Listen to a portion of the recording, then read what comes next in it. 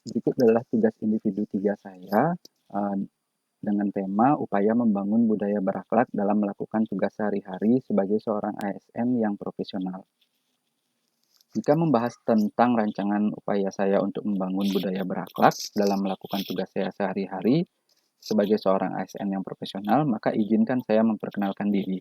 Saya Igede Ngurah Primanda S. Radiata, saya bekerja di Kementerian Pariwisata dan Ekonomi Kreatif, unit kerja saya di Politeknik Pariwisata Bali sebagai dosen.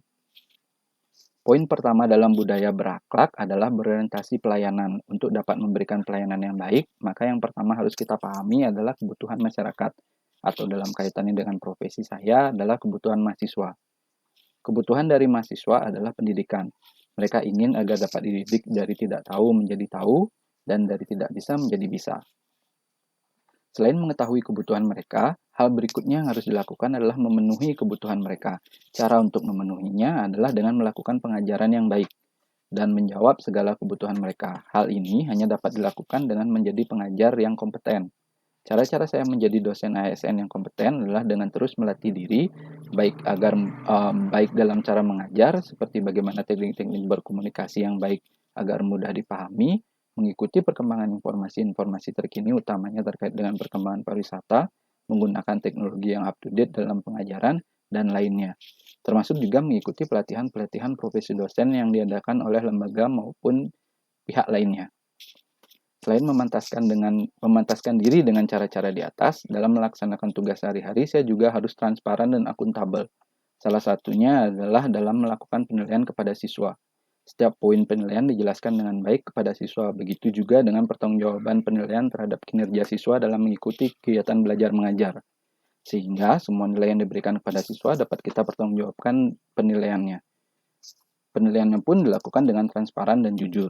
Sebagai dosen, khususnya di Politeknik Pariwisata Bali, kami juga melakukan kegiatan pengabdian kepada masyarakat menggunakan dana dari lembaga. Untuk itu, saya juga harus mempertanggungjawabkan penggunaan uang lembaga. Pada kegiatan pengabdian masyarakat saya, tidak hanya dalam pertanggungjawaban penggunaan uang, tetapi juga termasuk pertanggungjawaban kesesuaian output yang direncanakan di awal dengan kenyataannya saat setelah dilakukan kegiatan. Contoh adalah jika melakukan kegiatan pelatihan percakapan bahasa Inggris dalam menyambut wisatawan, maka saya harus memastikan bahwa para peserta pengabdian masyarakat dapat melakukan setelah mengikuti pelatihan tersebut. Poin berikutnya adalah harmonis. Dalam upaya saya membangun budaya harmonis di lingkungan kerja, saya mulai mengajarkan toleransi di kelas, terutama karena siswa kami di Politeknik Pariwisata Bali tidak hanya berasal dari Bali, tetapi bisa dikatakan berasal dari seluruh Indonesia. Maka dari itu, memiliki sikap toleransi dan memahami satu sama lain meskipun kita memiliki latar belakang yang berbeda dan berasal dari suku, agama, ras, dan golongan yang berbeda-beda merupakan suatu keharusan.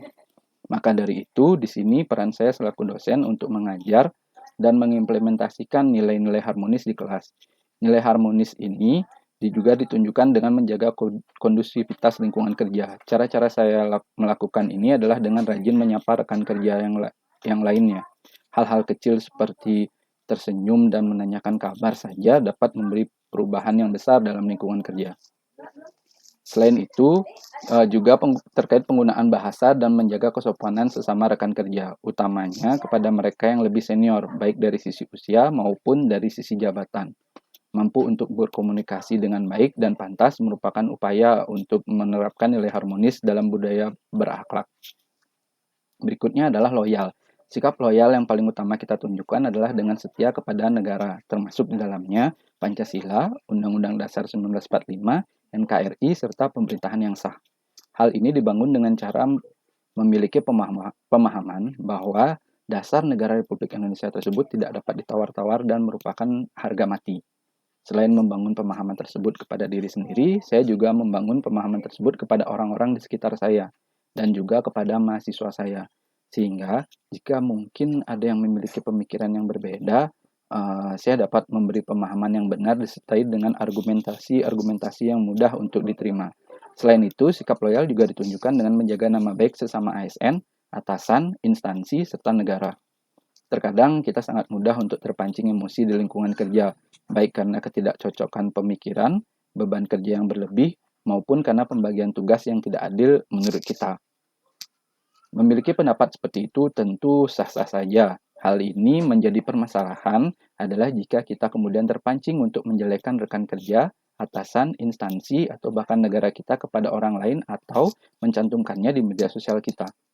Jadi cara yang mudah dapat saya lakukan adalah dalam membangun nilai loyal itu dengan tidak membicarakan keburukan dari sesama rekan kerja, atasan, instansi saya maupun negara saya.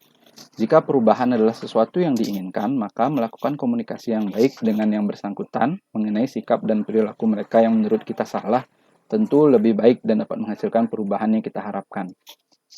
Nilai berikutnya adalah adaptif.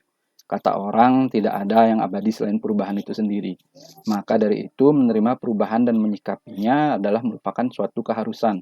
Kita harus mampu menyambut perubahan-perubahan yang ada dan kemudian menyikapinya dengan baik, sehingga kita tetap dapat optimal dalam bekerja.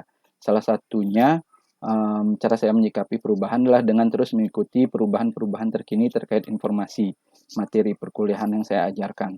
Selain itu juga tetap mengikuti perkembangan teknologi sangat membantu saya utamanya terkait proses pembelajaran di saat pandemi ini.